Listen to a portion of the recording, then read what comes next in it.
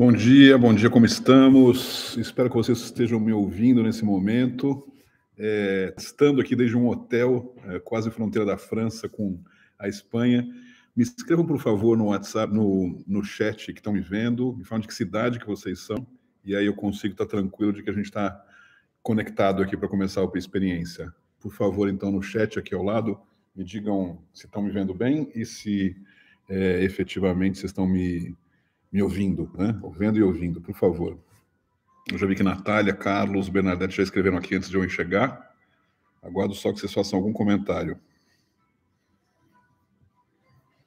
Ouvindo bem? Sim, ouvindo bem, maravilha, ótimo. Então, à medida que vocês vão chegando, vão me dizendo que cidade que vocês são, que isso sempre fica uma coisa agradável de a gente falar. Eu estou, quer dizer, não nesse momento, mas eu estou morando em Barcelona já há 6 anos. Estou nesse momento numa cidade chamada Bégur, quase fronteira com França, num hotel maravilhoso. Eu não consegui pegar um bom ângulo para vocês verem as vistas maravilhosas, mas já achei uma salinha aqui para a gente falar. Primeiro, antes de mais nada, eu queria dizer que vocês são heróis numa segunda-feira de carnaval, aqui me ouvindo, né?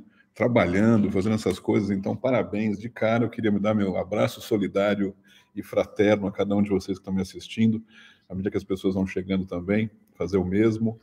Mas, enfim, é isso que eu vou ser muito sincero com vocês. Eu nem cogitei que ia cair no meio de uma segunda-feira de carnaval. O fato é que a gente vai começar a fazer esses eventos toda terceira segunda do mês. A gente vai avisar isso com tranquilidade para vocês por e-mail, mas se quiserem já anotar, toda terceira segunda do mês. Portanto, no caso de fevereiro, é esta no meio do carnaval.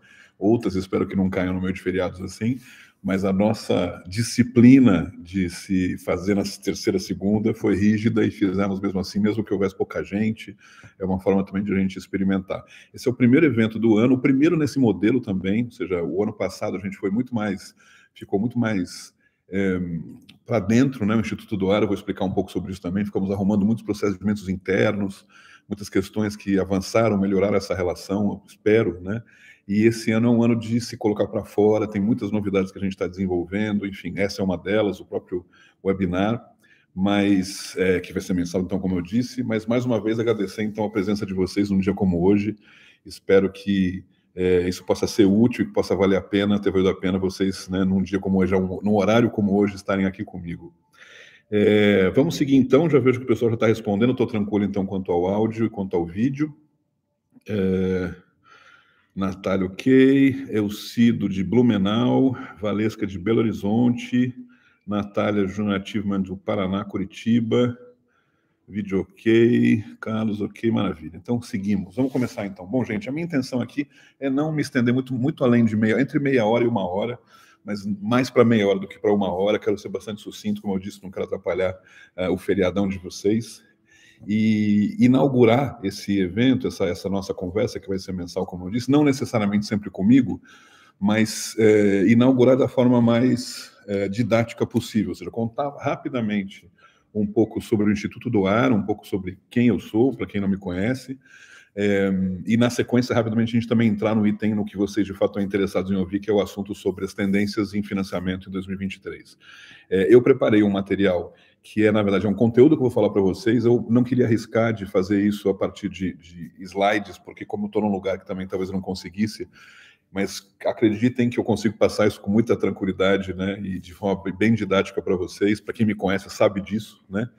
Então, enfim, começando pelo Instituto do Ar, para quem não conhece muito bem, ele já tem mais de 10 anos, eu nunca sei exatamente, eu preciso fazer a conta disso, mas eu acho que já fez 11, inclusive, e nesse tempo, lá atrás, o nosso objetivo, quando pensamos em criar o Instituto do Ar, era ampliar a cultura de doação no Brasil. E quando lançamos, a gente lançou o Instituto, concretamente, o selo do ar, né, que é um assunto que eu também vou querer falar mais para o final, e o dia de doar, que era um assunto que já estava, a gente já tinha visto experiências lá fora, achávamos interessantes, e tudo isso lançamos tudo no mesmo dia, num sábado, no AMB, na verdade no Center Norte, na cidade de São Paulo, próximo ao AMB, e temos boas memórias aqui. De lá para cá, muita coisa mudou para melhor, eu acho.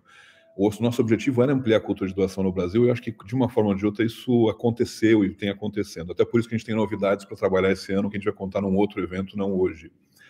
Mas o que, sim, é interessante também contar é que nesse meio tempo, ou seja, o filhote mais novo do Instituto do Ar, que é o Prêmio Melhores ONGs, ele não só se transformou numa referência, num primeiro momento até maior que o próprio Selo do Ar, mas ajudou o Selo do Ar a se desenvolver e se alastrar pelo país inteiro. Até para mais do que o país inteiro. Uma das notícias é que a gente vai já ampliar isso também para a América Latina. Estamos agora com uma equipe que vai começar a desenvolver isso no Uruguai, está em Colômbia, no México. Uruguai, certeza, esse ano. Colômbia e México, muito provavelmente, para o começo do ano que vem. Mas esse também não é o assunto. Eu queria só dizer que o que se refere à cultura de doação como desenvolvimento, como missão da nossa parte, ela de fato está ocorrendo, né? E até a gente está percebendo que estamos se transformando muito mais em especialistas certificadores do que ampliadores da cultura de doação. E é por isso, então, que um dos temas que a gente vai tratar muito esse ano e os próximos, nos conteúdos, são justamente informações que possam contribuir para ajudar as organizações a estarem mais fortalecidas, mais reconhecidas, mais validadas, né? Seja pelo selo, seja por novos selos que a gente vai criar, seja pela própria experiência do Prêmio Melhores, enfim. Bom, dito isso, também queria rapidamente contar quem eu sou, né? Comecei pelo Instituto, por uma questão, né, de organização aqui da apresentação. Eu sou fundador do Instituto, meu nome é Marcelo Straviz e atuo no setor já há mais de 20 anos. A primeira metade da minha carreira do terceiro setor foi mais dedicada à área de captação de recursos, né? Ainda é de uma forma ou de outra, mas muito menos. Criamos a Associação Brasileira de Captadores de Recursos lá atrás, isso em 99. O primeiro livro que eu escrevi a respeito disso também foi dessa época. Criamos a associação, fiz consultorias, enfim, formei milhares de pessoas no sistema, fiz um segundo livro, fui presidente da BCR por duas gestões, e logo ao final da presidência, que efetivamente eu senti uma vontade de poder estar do outro lado do balcão, no sentido de ajudar não somente as organizações a se fortalecerem, aprenderem a captar, mas também as pessoas comuns aprenderem a doar. E isso, então, foi o que mais me seguiu, mais eu foquei nos últimos 10 anos, e por isso a partir do Instituto do Ar. Isso me fez também aprender muita coisa, enfim. A minha trajetória de vir para a Espanha há 6 anos não atrapalhou isso, ao contrário, eu vinha com a intenção de fazer um olhar de fora e principalmente continuar trabalhando para o Brasil, que é o lugar onde eu acho que mais precisa, né, por ser brasileiro, e acho que essa combinação saiu bastante bem, consigo ter uma visão mais clara, conseguir enxergar tendências, que é o nosso tema de hoje, inclusive, e contribuir com isso. Mas eu acho que tem uma coisa importante, né, que é justamente sobre a ideia do selo, da certificação e tudo isso, que eu percebi tanto, não só em mim, como também no Instituto, que a gente foi ganhando uma experiência de o que de fato é relevante, é importante que potenciais doadores, potenciais financiadores, patrocinadores enxergam, né? Então, o nosso selo, ele foi, desde então, já vai fazer uns 11 anos que temos, né? Ele foi sempre, a cada 3 anos, sendo aprimorado, melhorado, para que ele pudesse validar concretamente, da forma mais precisa possível, e que pudesse ser reconhecido por parte de potenciais financiadores. Bom, dito isso, acho que eu encerro a minha parte de falar de mim, falar do Instituto e ir direto ao tema, mas eu me comprometo a vocês, quem quiser também, ninguém se sinta obrigado.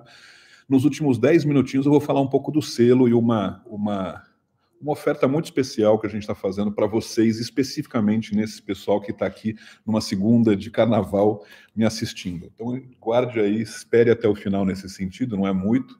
Então, eu vou falar agora uns 20 minutos sobre tendências e, na sequência, justamente poder explicar um pouco melhor o selo, o que a gente tem de interessante para oferecer para vocês. Tudo bem por enquanto? Só ler mais gente aqui que eu vi que foi chegando. Onde eu parei aqui? Blumenau, Santa Catarina, o Elcido falou isso. Projeto Missionário São Meu Bom Dia, Amanda do Paraná. Alba de Rubim, Minas Gerais. AMR, João Pedro, em BH, Minas Gerais também. A Rita, Passos Mágicos. Não sei de que cidade, mas enfim. Depois aí vão colocar. Sempre é interessante para até você, não só eu, mas vocês também perceberem como estamos esparramados pelo Brasil aí, né? Vamos lá, gente, sobre tendências, né?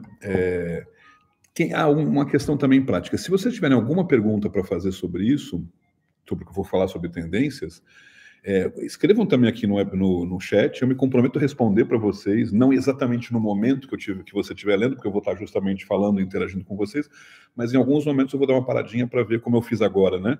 De olhar para as pessoas, quem se inscreveu, o que falaram, vou fazer essa paradinha, leio, respondo as perguntas que têm dúvidas, ok? Combinamos? Fechado assim, conseguimos começar então com 12 minutos de fala inicial. Vamos lá. Tendências sobre o financiamento. É importante a gente entender que não se trata aqui de nenhum cristal mágico, né? Não tem nenhuma certeza do que vai se dizer, mas a partir das situações que a gente observa no cenário, né, do terceiro setor brasileiro e internacional, coisas que podem acontecer e coisas que provavelmente acontecerão. Não é uma certeza absoluta, mas também não existe nada grave, nada gritante que a gente tenha que ficar preocupado, né? Além de algumas questões como a própria guerra da Ucrânia com a Rússia, mas enfim, me refiro assim, nada que altere significativamente a ordem mundial ou a questão da ordem brasileira mesmo de governo. E eu queria então, inclusive, começar essas tendências falando um pouco sobre esses aspectos governamentais. O Brasil é um país que tende a ser muito concentrado, as decisões e as tendências que surgem sempre na esfera governamental federal. É muito raro, assim, infelizmente, é muito raro você encontrar iniciativas interessantes que vêm no processo. Tem algum som aqui de alarme, que eu espero que não seja de emergência de incêndio. Agora só um segundo, gente, eu vou fazer uma observação aqui. Vocês estão ouvindo um som estranho ou não? Sou só eu?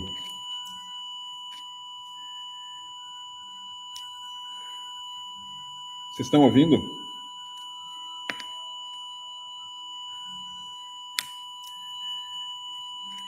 Deixa eu só ver se eu colocando isso. Parece ser um alarme de incêndio. Parou. Eu acho que não é um incêndio, gente. Bom, é isso, né? A gente faz ao vivo mesmo. Vocês podem observar que a gente acabou de. Ok, parece que tá tudo ok. Não vai ter. Não vai ter incêndio aqui, até onde eu sei. Voltando então, né? Eu estava falando sobre a questão do governo. Existe uma tendência, como eu refiro, ou seja, de as coisas surgirem muito mais pela esfera governamental federal, que depois vai se passando para os estados e municípios. Infelizmente, não existe muito essa cultura de municípios serem criativos em outros mecanismos de financiamento. Existe um caso ou outro, mas acaba sendo raro. Então, por outro lado, isso facilita muito a gente conseguir interpretar quais são os dados e as coisas que acontecem, né, numa situação como essa no Brasil.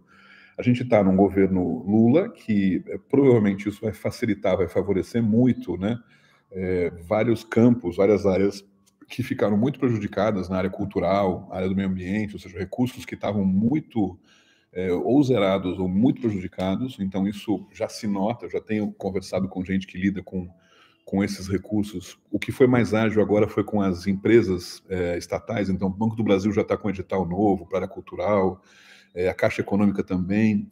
Então existe uma velocidade muito grande de voltar a ser como as coisas estavam, e acho que até melhor, existe uma intenção nisso. Então, no que se refere a governos, eu vejo com bons olhos, né, nós, o terceiro setor, essa possibilidade. O governo anterior, ele tinha muitos problemas em relação às próprias organizações não governamentais, né, tinha uma visão sobre isso muito deturpada, enfim. Quem um pouco se beneficiava com isso eram organizações mais vinculadas com as questões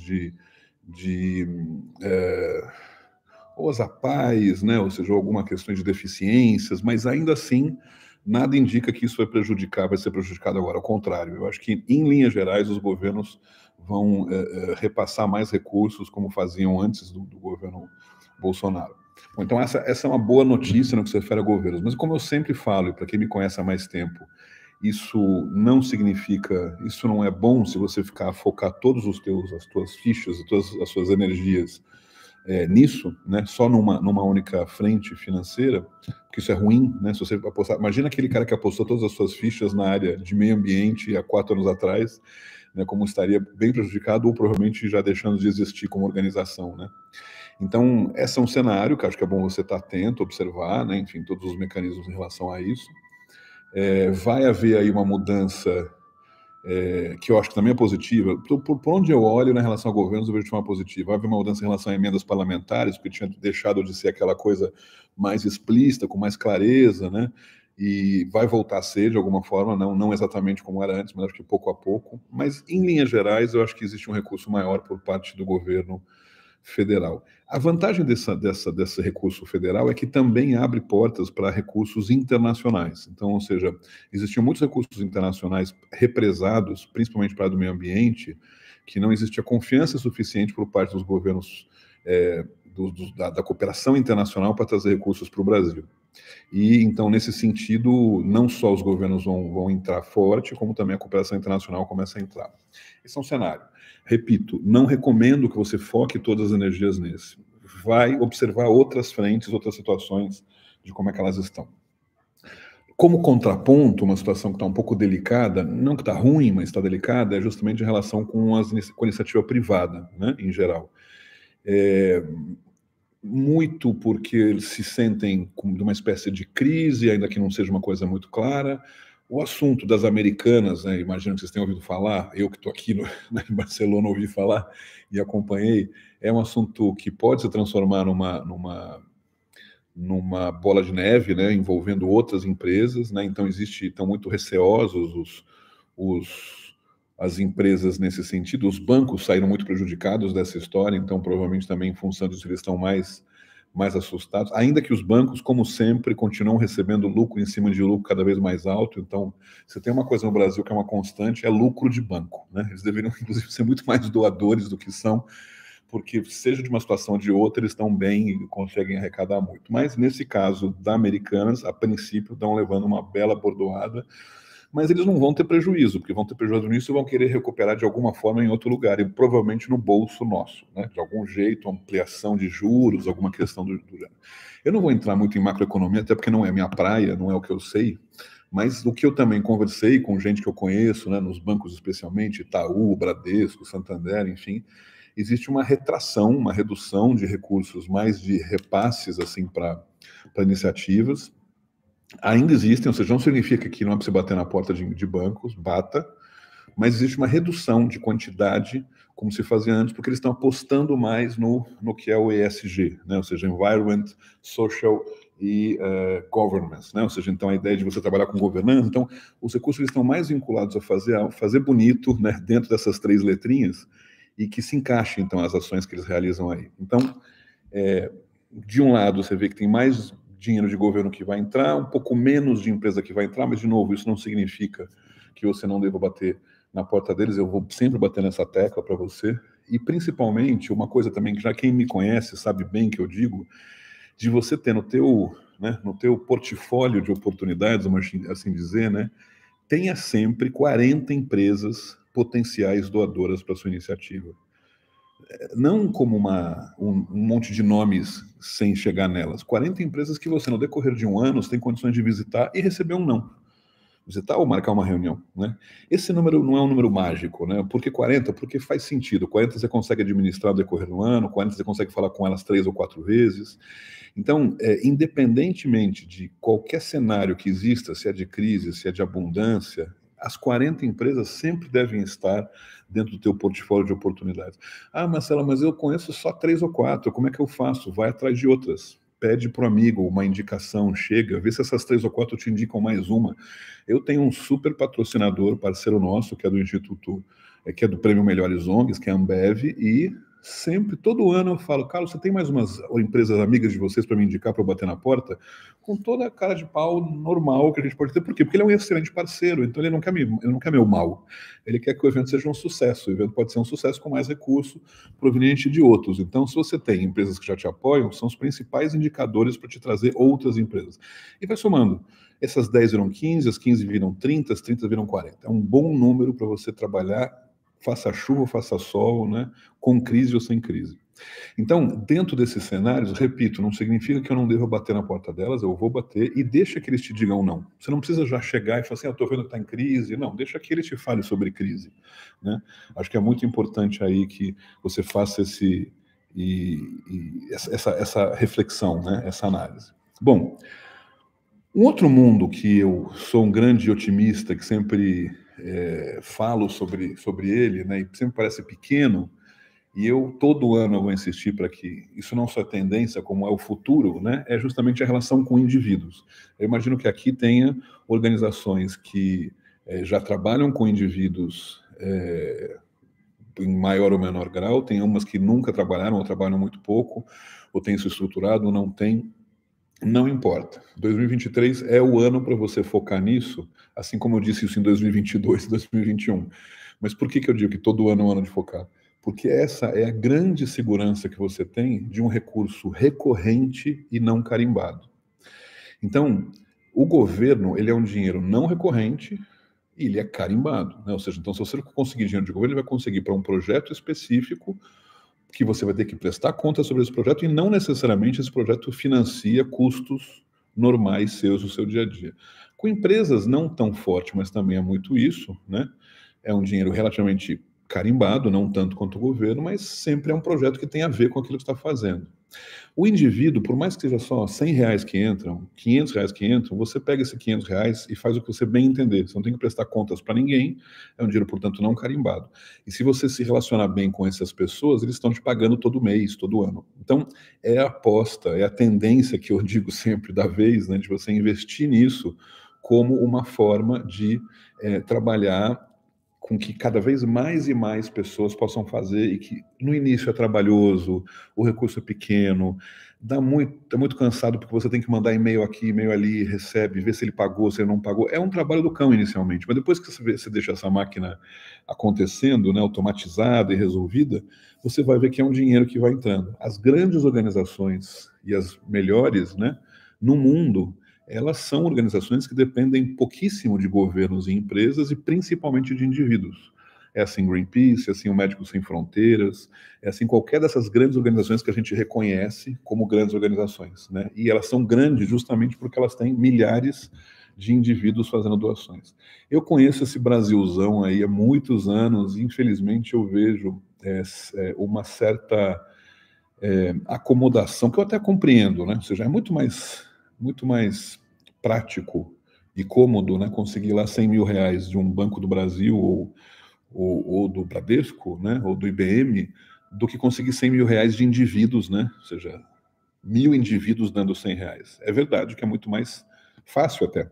A questão que eu repito, esses R$100 mil do Bradesco, o ano que vem eles não dão de novo. Muito raramente vão dar de novo. E aqueles R$100 mil dados por 1.000 pessoas, 950 delas vão te dar de novo.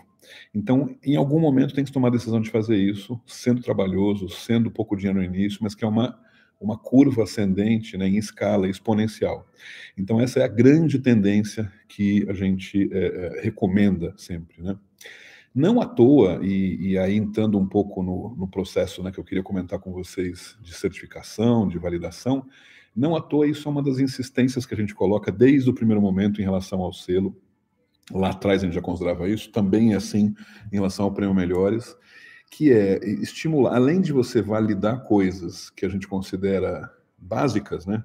Passa qualquer estatuto, atas de reunião, plano de comunicação, a gente também solicita coisas que são muitas vezes uma provocação para que a organização passe a fazer algo que não fazia, né?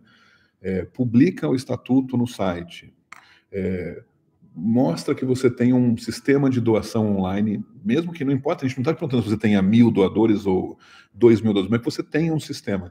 Essa nossa cobrança por esses critérios que a gente... é uma forma de estimular vocês, como organizações, a avançar, a ter um processo de melhoria contínua, a avançar nesse sentido, né? Então, essa dinâmica toda, esse procedimento que a gente considera importante, é também, e aí...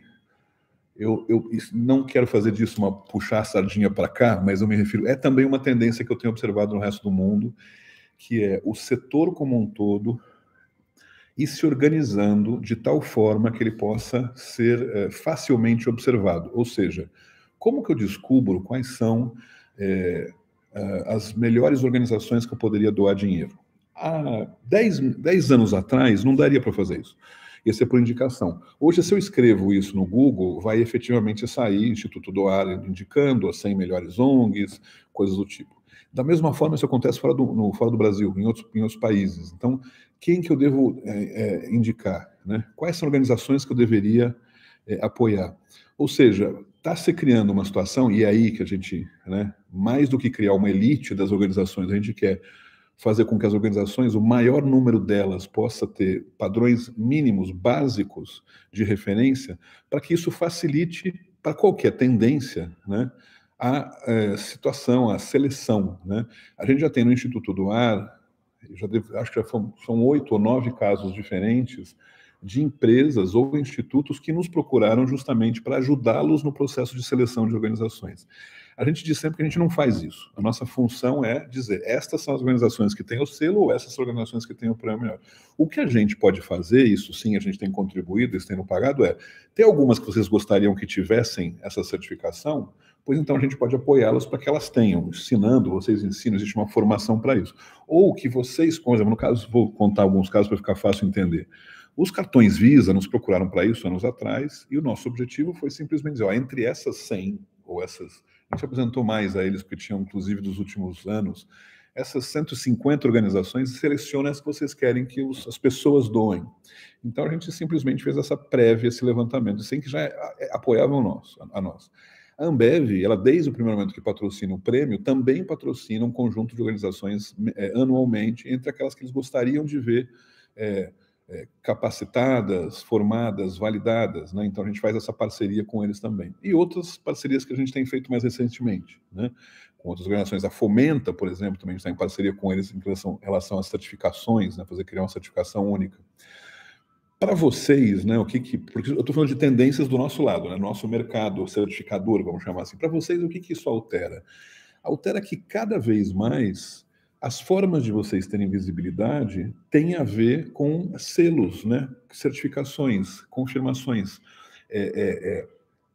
bottoms, né, como a gente chama. Né? Então, são situações que efetivamente geram uma facilidade de mais rapidez de se organizar.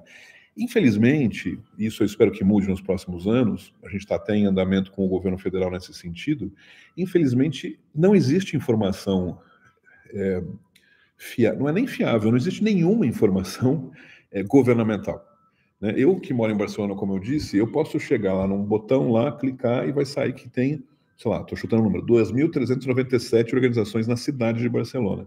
Ah, mas eu quero só as com proteção animal. Clica lá no botão e vai sair 39 organizações que têm isso. Então, esse grau de informação, que deveria ser uma questão governamental, de fato não existe. Né? Deveria existir. Estamos até voluntariamente conversando com outras pessoas para chegar em conversas com governos para começar a fazer isso, seja no nível municipal, estadual, federal, não importa, mas que possamos, como Brasil, como brasileiros, desenvolver essa atuação. E para vocês isso também seria importante. Agora, o que então dá para fazer nesse sentido? Estarem atentos a essas oportunidades de saírem, aparecerem na frente de outros. A primeira organização que conseguiu o selo conosco, 11 anos, 12 anos atrás, inesperadamente para mim, não foi uma organização nem de São Paulo, nem do Rio de Janeiro, foi do Piauí. Eu não lembro o nome, infelizmente. Se eu lembrasse, eu diria. E eu perguntei, né? Falei assim, muito bacana, você foi uma das primeiras organizações. Era a primeira, na verdade, mas eu falei, você foi uma das primeiras, né? Falei, o que te fez tomar essa decisão, né? Ele falou assim, olha, justamente por eu estar no Piauí, com uma dificuldade enorme de poder aparecer para outras organizações, para outras empresas, para governos, a gente achou que o selo era uma forma de chamar atenção, de aparecer. Né? E eu achei ótima a resposta, porque ela justamente batia com o que a gente acreditava que deve ser esse processo, né? Ou seja, ampliar a cultura de doação de tal forma que as organizações possam aparecer de uma outra forma para potenciais doadores, e não da mesma forma de sempre, né? Por indicações, porque apareceu ali, porque apareceu acolá, ou porque correm todas para um edital, né? Então, que pudesse haver um outro mecanismo, né, de reconhecimento. Né? É óbvio que eu com isso estou fazendo, de uma forma ou de outra, uma espécie de propaganda velada ou não velada, né, do que é o selo do ar, mas eu também não poderia fazer diferente, né? Eu de fato acredito nisso, a gente acredita nesse mecanismo, né? Então a gente acredita nessa forma de fazer com que as organizações possam não só aparecer como selo, como resultado final, mas que o conjunto de critérios, né, existentes sejam didaticamente interessantes para as organizações evoluírem. Eu particularmente vi, a nossa equipe também, né, as respostas que vocês deram para participar aqui do webinar, né, foram muito boas. E várias me chamaram muita atenção porque justamente tinha algumas dúvidas, né, sobre o selo, como proceder, quais são as questões, o que é de interessante, enfim. E eu posso dizer com muita tranquilidade, isso às vezes não fica muito evidente no próprio material nosso, porque ficaria também um pouco estranho, ou piegas talvez, mas de fato a gente acredita que o nosso objetivo como certificador é prioritariamente fazer com que suba a régua das organizações. Então, se é uma organização que você tem uma quantidade X de critérios, a gente quer que você tenha mais critérios. E é esse estímulo, essa formação, esse procedimento que garante que não só seja um mecanismo para nós, certificadores, mas vocês em relação à sociedade, né? Há uns anos atrás, isso vai fazer uns 7 anos, não mais, eu acho, era o governo da Dilma, se não me engano, enfim, por aí, fui em Brasília, fui convidado para palestrar lá com o governo, para falar justamente sobre certificações. E era curioso, porque, enfim, eu falava como Instituto do Ar, mas tinha gente falando sobre o SEBAS, né, gente falando sobre o CIPS, né, então tinha uma mistura de certificações, gente que... E o público, né, as organizações convidadas, as que estavam lá, eu cheguei a perguntar para elas, né, eu estava no palco, e devia ser umas 300, 400, né, e eu falei para elas, alguém aqui que vai atrás de ter o SEBAS, né, ou o CIP, ou o que quer que seja, faz isso porque quer, ou seja, porque quer ter uma certificação e se sentir bem com ela, ou é porque é obrigada a isso, né? E 100% levantou a mão dizendo que é porque é obrigada, ou seja, então, uma certificação que é uma obrigação de Estado não é uma certificação, é um compromisso, né? É uma obrigação, nada contra, quer dizer, nada contra exagero. Sim, eu tenho algo contra, mas eu me refiro, é um procedimento, e não é o que a gente acredita. A gente acredita que de forma que vocês mesmos tenham interesse, capacidade e vontade, e do nosso lado a gente possa fazer o mesmo, para que vocês queiram se diferenciar a partir de uma demonstração pública e transparente do que vocês têm e do que vocês não têm como critérios. A gente acredita nessa autorregulamentação, desse autoprocedimento. Enfim, fechando esse ciclo da tendência, que eu não quero também me estender muito nele aqui para dar um pouquinho de espaço para esse presente, né? Esse presente de começo de ano que a gente quer fazer, esse presente de segunda de carnaval. Eu queria só fechar esse ciclo em relação a essa dinâmica das tendências, né? Ou seja, fechando então o que a gente falou um pouco, recapitulando isso tudo. As tendências, sejam de que esfera for, governamental, empresarial, indivíduos, é natural que nós tenhamos interesse de apoiar iniciativas que a gente se sente seguro com elas. Isso é simples, é banal. Aí você tem uma dinâmica, né, que são os chamados editais, né, que a lógica é pela desconfiança, né? Então, o que é um edital? Entregue um monte de documentos aqui porque eu desconfio de você. Então, eu vou ler tudo e a gente vai selecionar alguns que a gente confia um pouco mais. O problema dessa lógica da desconfiança é que, além de ela ser ruim, porque dá muito trabalho para todo mundo, né, para quem escreve, para quem lê, ela também é muito escassa, né? Porque efetivamente 1000 entregam algum tipo de documentação e 5 são aprovados, né? Então é uma dinâmica de escassez, concretamente, né? Então essa dinâmica ela tende a ampliar. Já aviso, isso é ruim do meu ponto de vista, porque ela tende a ampliar essa lógica da desconfiança. Ao mesmo tempo que ela tende a ampliar, é uma tendência a se criarem mecanismos de filtragem desse processo. E os selos e certificações são um mecanismo de filtragem futura. Não é, hoje em dia, poucas organizações usam o nosso selo como referência para isso, já tem algumas, como o caso da Ambev, como eu falei. Mas, enfim, é um processo de filtragem. Mas eu não quero transformar isso numa dinâmica de medo, né? Então, certifiquem-se para garantir espaço nos editais. Ao contrário, eu quero falar sobre uma dinâmica da abundância. Vocês se certificando, seja conosco, né, ou com uma certificação internacional, se houvesse, enfim, mas vocês têm essa dinâmica de pegar um conjunto de critérios e aprender e desenvolver, vocês vão perceber que vocês não vão estar mais dependentes dos editais. Os editais são simplesmente mais uma forma de participar de recursos de financiamentos externos, né? Como eu disse, quanto mais recurso eu conseguir não carimbado, né, e recorrente, melhor. Então, a nossa forma de ajudá-los nesse sentido é isso, né? a partir de uma dinâmica de formação, de certificação, que tem essa lógica didática, como eu disse, de não simplesmente ser uma obrigação, você é obrigado a ter isso, obrigado a ter isso, você não é obrigado a ter nada. Só que a gente recomenda que você tenha esses critérios, porque isso vai te ajudar para a vida, né? E não para o edital X ou para conseguir recursos governamentais, como são outros os casos, como eu disse, né? Das certificações específicas, né? SEBAS e todos esses que eu falei, os CIPs e coisas do gênero. Bom, dito isso, deixa eu ver se tem alguma coisa interessante que eu possa ler aqui com você que vocês comentaram. Bom dia, som agudo, mas nos livramos. Ainda bem que durou pouco, né? O chat de hoje vai estar disponível no YouTube? Muito provavelmente sim, Bernadette. Eu acho que quando eu fizer aqui a gravação, ele grava também com o chat. Eu não te garanto, porque é a primeira vez que eu estou fazendo essa dinâmica toda aqui, mas eu acho que sim. As empresas hoje querem destinar seus recursos a instituições que estejam preocupadas com a sustentabilidade e que estejam validadas, exatamente. Pela Betânia, Marcelo, a live vai ficar disponível? Vai estar online, depois eu vou passar o link por e-mail para vocês. Se eu não me engano, acho que é esse mesmo link. Mas, de novo, é tudo uma novidade. Se não for, a gente manda por e-mail para vocês o link. Mas vai estar de qualquer forma vai estar de forma. Eu recomendo que vocês cliquem aí em algum lugar para vocês garantirem a informação do canal, né? Esse canal Certificadora Social, que é o nosso canal, e vai estar aí. Aí vai estar com certeza, nesse canal. Vai demorar uns dias aqui, a gente vai arrumar um pouco, talvez editar, tirar esse barulho, esse som que rolou. Faço parte da rede do terceiro setor de Curitiba e região, mesmo a escala menor, ainda uma dificuldade de mapear organizações. Então, a Natália está dizendo justamente isso, é verdade, Natália.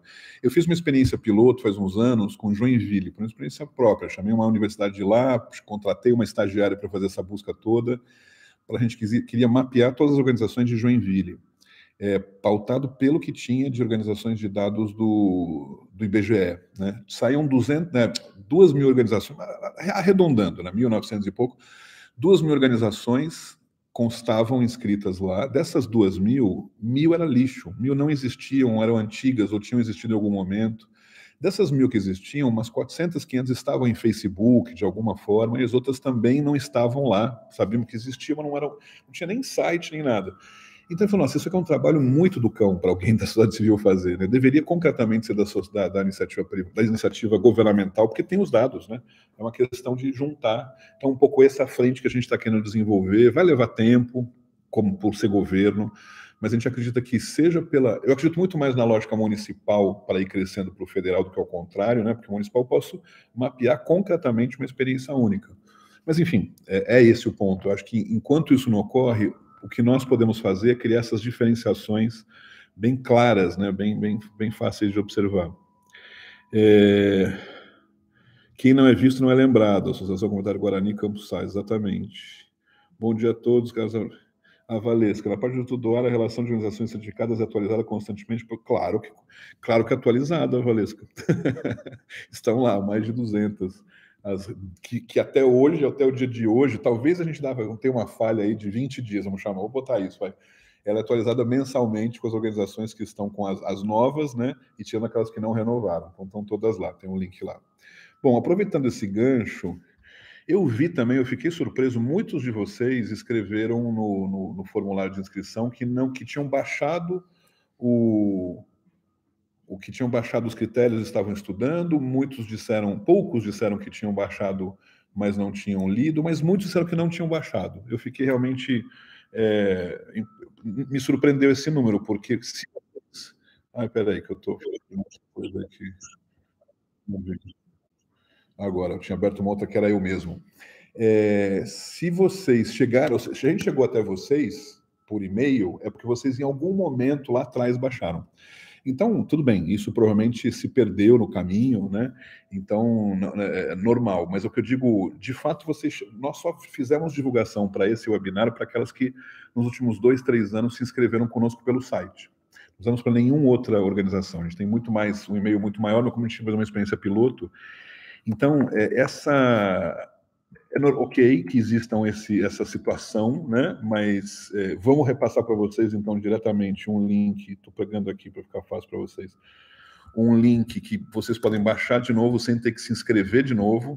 Vou passar aqui, que é esse. Então, para aqueles que não baixaram os critérios ou baixaram, mas não lembram, não acharam, enfim, esse aqui você clica nele, aperta aquele botão e já cai direto no critério, não precisa escrever o nome de novo, receber aquela informação. Então, acho que é uma informação que eu acho que é importante para todo mundo. Eu falo isso sempre, gente, os critérios, mesmo que vocês não venham a fazer o selo, não venham participar do processo do selo, estudem os critérios. Ainda mais essa forma como a gente colocou, que ela é didática, né? Explica não só o critério, como para que ele serve, qual que é o processo que vale. É um processo de desenvolvimento organizacional e institucional, né? Então, que vocês podem ver aí formas de desenvolvendo. A gente vai, na nova versão que a gente vai fazer ao final do ano, a gente vai fazer uma com check, né? De sim, tenho ou não tenho, né? Para inclusive facilitar, para no decorrer do tempo você ir averiguando isso. Achei interessante também que muitas organizações, a grande maioria das organizações, na verdade, que se inscreveu, viam que tinham acima de 35 dos 52 critérios. Ou seja, portanto, poderiam já de cara se inscrever e conseguir o certificado. Aquelas que têm acham aparentemente que não tem, muitas vezes vão se surpreender quando veem que o que precisa ser feito, tem coisas que são muito simples. Exemplo, né? Eu não tenho estatuto publicado no site. Pô, publica. Em meia hora você publica o estatuto no site. Então, às vezes, um critério ele é nada mais do que isso, é uma demanda muito objetiva, muito simples, que você resolve. Então, grande parte também desses procedimentos, como eu disse, eles são didáticos para isso, né? Para fazer com que a organização, de fato, aprenda, veja. Todos os itens eles são colocados aí, não à toa, a gente não inventou do nada. Ele tem uma conversa desde o primeiro momento que a gente fez o selo há 11 anos atrás, que começamos com vários institutos de fora, né? De dentro do Brasil também. Tem inspirações pelo IBGC, o Instituto Brasileiro de Governança Corporativa, o GIF, que envolve fundações e empresas, a própria BCR, que eu criei, que envolve captação de recursos. Então, ele é um mix de um conjunto de critérios que ajudam muito a desenvolver de forma bem 360 graus a importância de várias frentes governamentais, não governamentais, ou seja, das ONGs, no que se refere à gestão e transparência. A gente não está em nenhum momento avaliando causa. Eu não vou comparar aqui criança com câncer com mico-leão dourado, óbvio. Mas eu consigo comparar entre as duas a que tem uma gestão mais transparente.